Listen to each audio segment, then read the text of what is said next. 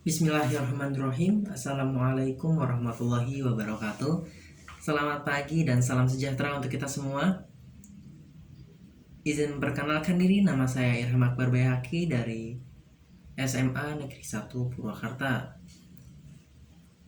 Pada kesempatan kali ini, mosi yang dibawa adalah Dewan ini menyesalkan kebijakan pemerintah dalam menangani COVID-19 dengan cara herd immunity. Herd immunity bisa didefinisikan sebagai kekebalan kelompok atau kondisi ketika sebagian besar orang dalam suatu kelompok telah memiliki kekebalan terhadap penyakit infeksi tertentu. Herd immunity bisa muncul dengan cara membiarkan virus untuk terus menyebar sehingga banyak orang yang terinfeksi, dan jika mereka sembuh akan ada yang namanya kekebalan tubuh atau immunity. Herd immunity ini sudah dilaksanakan di negara lain seperti Swedia. Namun, sampai akhir ini sebuah riset menyatakan ternyata hanya 7,3% orang Swedia yang punya antibodi untuk melawan virus corona. Padahal, herd immunity di suatu wilayah akan tercapai jika 60-80% penduduk telah mempunyai kekebalan.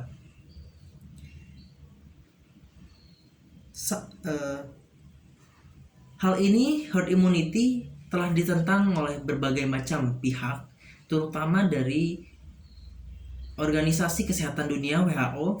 Katanya bahwa hal ini beresiko untuk diterapkan sepanjang belum adanya vaksin untuk virus COVID-19.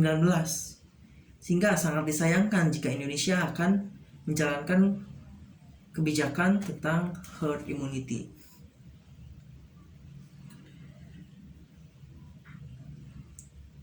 Sampai ditemukannya vaksin COVID-19, sebenarnya diakui secara terus terang untuk tidak kebijakan banyak negara yang memundurkan lockdown atau Indonesia dengan pelonggaran pembatasan sosial skala besar dengan alasan ekonomi akan mendampak terhadap munculnya kekebalan alamiah di masyarakat.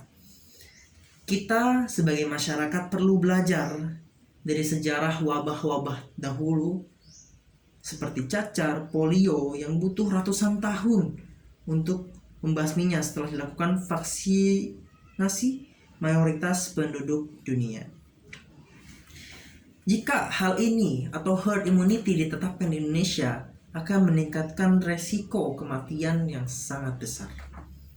Untuk pada saat ini, pada tanggal kemarin, Minggu, pada tanggal 27 bulan 9 2020, korban yang positif COVID-19 di Indonesia telah mencapai 275.213 orang, yang sembuh 203.014 orang, dan yang meninggal 10.386.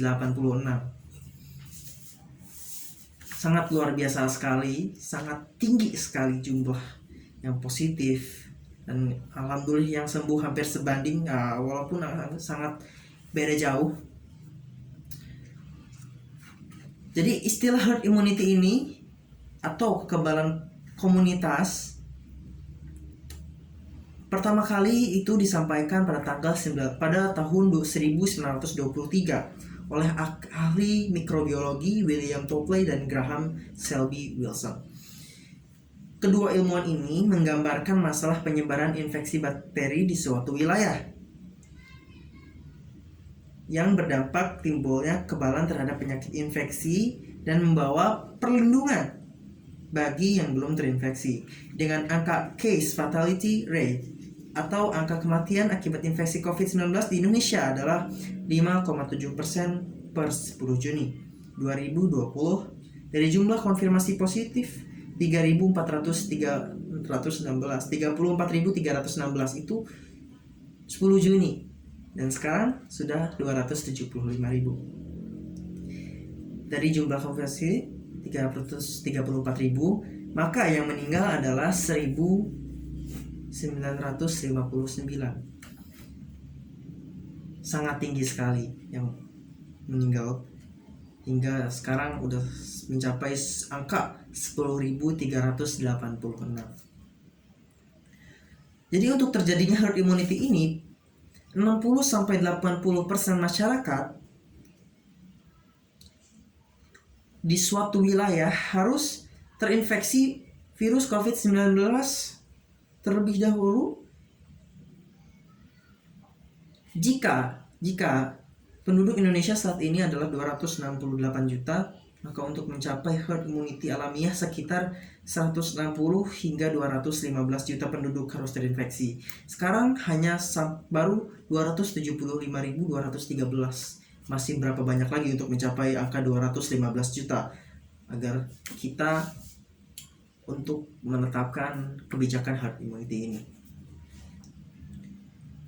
Dari penduduk yang terinfeksi tersebut, kemungkinan yang akan meninggal dengan CFR 5,7% adalah 9,1 juta hingga 12,2 juta penduduk.